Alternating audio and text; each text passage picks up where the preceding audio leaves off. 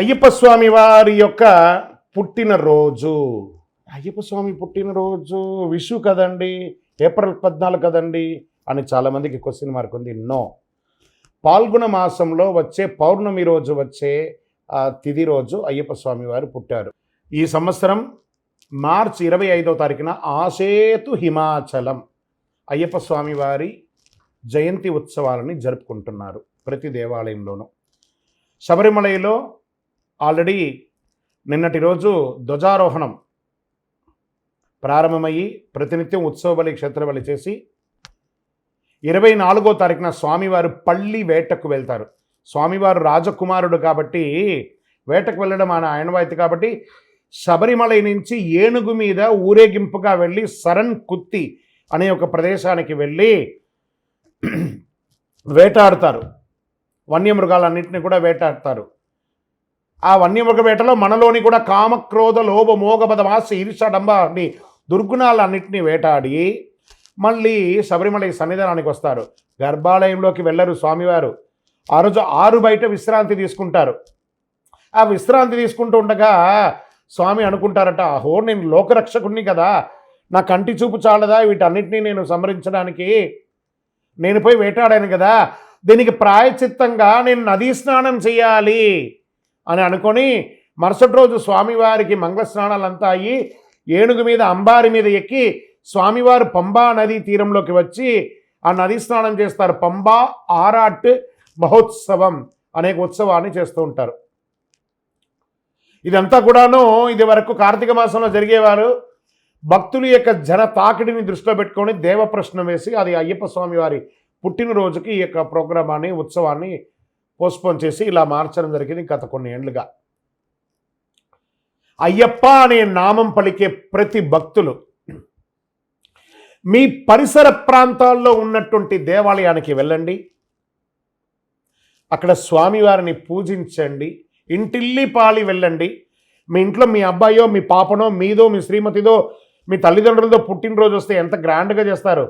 మరి మన అయ్యప్ప పుట్టినరోజు కదా, అయ్యప్ప నామం చెప్పే ప్రతి భక్తులకి బాధ్యత కదా. ఆ రోజు మీ ఇంటి బయట మామిడాకులు కట్టండి, ధర్మధ్వజం పెట్టండి, అయ్యప్ప స్వామికి మీ ఇంట్లో పూజ చేయండి, భజన చేయండి, అన్నదానం చేయండి, చలివేంద్రాలు ఏర్పాటు చేయండి, మజ్జిగ పంచండి, కొత్త బట్టలు పెట్టండి, దేవాలయాల్లో అన్నదానాలు చేయండి, పడి పూజలు చేయండి. ఎన్ని అవకాశం ఉంటాయి. కార్తీక మాసం మాల వేస్తేనే ఇవన్నీ చేయాలని కాదండి, అయ్యప్ప పుట్టినరోజు చేయండి, ఆనందపడతాడు అయ్యప్ప. ఎంత గొప్పది. కలడు ఇటువంటి కారుణ్యమూర్తి కలియుగమున దొరుకుతాడా ఇలాంటి అయ్యప్ప?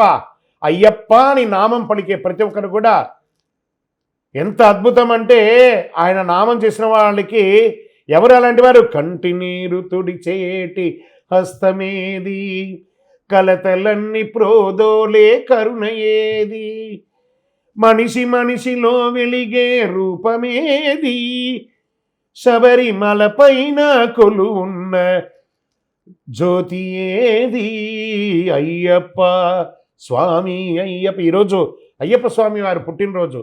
సుబ్రహ్మణ్య స్వామికి కూడా పంగుని ఉత్తరం అంటే చాలా విశేషంగా తమిళనాడులో చేస్తారు. ఆ పంగుని ఉత్తరం రోజు మహాలక్ష్మి వారి అవతరించినటువంటి రోజు కూడా అదే రోజు. ఎంత అద్భుతం అండి, ఎంత అద్భుతమైనటువంటి రోజు ఈరోజు. ఒక్కొక్క ఇంటిలోనూ పండుగే. ఉగాదికి ముందు స్వామివారి పుట్టినరోజుతో పండుగ ప్రారంభమైంది. శరణమయ్యప్ప అని ప్రతి ఒక్కరు చెప్పండి. శరణమన్న ప్రతి వారికి స్వామి సొంతం. ఈ పుట్టినరోజు వేడుకలు ఎవరు చేయాలి? స్వామి కోవెలలో కులమతాలు అడ్డురావు. మరి ఎలా చేయాలి స్వామి? మీరేమో మామిడాకులు కట్టమంటున్నారు, పడిపూజలు చేయమంటున్నారు, అన్నదాలు చేయమంటున్నారు. నేను సామాన్యుడిగా ఉన్నాను కదా అని కొంతమందికి అనుకుంటుంది. ఏం చెప్పాడు? ఒక్కసారి పిలిచినా పలికేటి దైవం. నువ్వు శరణమయ్యప్ప అని ఒక్కసారి పిలు. ఎలా ఇస్తాడు అనుగ్రహం? స్వామి కోటాను కోటులకు ఇష్టదైవం. కోటాను కోటులకు ఇష్టదైవం. అద్భుతం జరుగుతుంది. ఆయనని ప్రార్థన చేసిన వాళ్ళందరూ ఇంటిల్లిపాలి అందరూ కూడాను. ఆ రోజు హాలిడేనే ఉంటుంది, హోలీ పండగ ఉంటుంది. ఆ రోజు అయ్యప్ప పుట్టినరోజు చాలా అద్భుతంగా చేద్దాం. ఆ రోజు మీరు చేయవలసిన ఒకటే ఒక పని ఏమంటే పూజలు పునస్కారాలు చేస్తారో తెలియదు.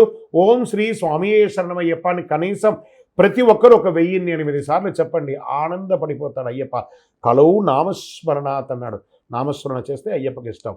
శరణమయ్యప్ప.